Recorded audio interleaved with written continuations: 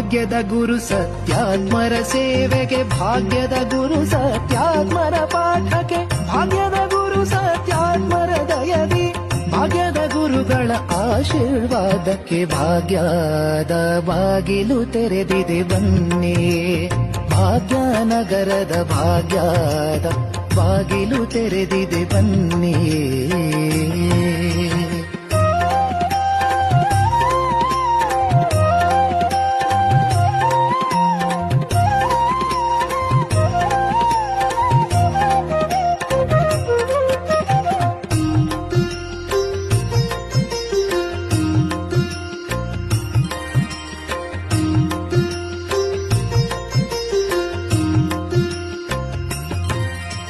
ಭಾಗ್ಯದ ವೆಂಕಟ ವರದೇಶನಲಿ, ಭಾಗ್ಯದ ಸಂಜೀವನಿ ಪ್ರಾಣ